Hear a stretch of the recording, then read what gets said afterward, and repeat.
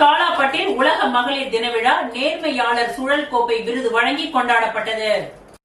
Puducherry Kalapet tsunami குடியிருப்பு மக்கள் நலசங்கம் சார்பில் சுனாமி குடியிருப்பு மின் அலுவலகம் எதிரே உலக மகளிர் தினம் கொண்டாடப்பட்டது.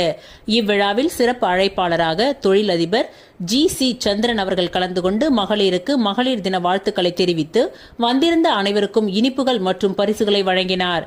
இவ்விழாவில் பிள்ளைச்சாவடியை சேர்ந்த மீனவ மகளிர் பரமேஸ்வரி என்பவர் கடந்த ஆண்டு ரோட்டில் கிடந்த ஐபோன் மற்றும் ரூபாய் 1400 ரொக்கமுள்ள மணிப்பர்சை கொண்டு வந்து சங்கத்தில் ஒப்படைத்து உரியவரிடம் ஒப்படைக்கப்பட்டது. அவரின் நேர்மையை உலக மகளிர் தினத்தில் பாராட்டி மக்கள் நல சங்கத்தின் சுழல் கோப்பையை நேர்மையாளர் விருதாக வழங்கி பாராட்டுகள் தெரிவிக்கப்பட்டது.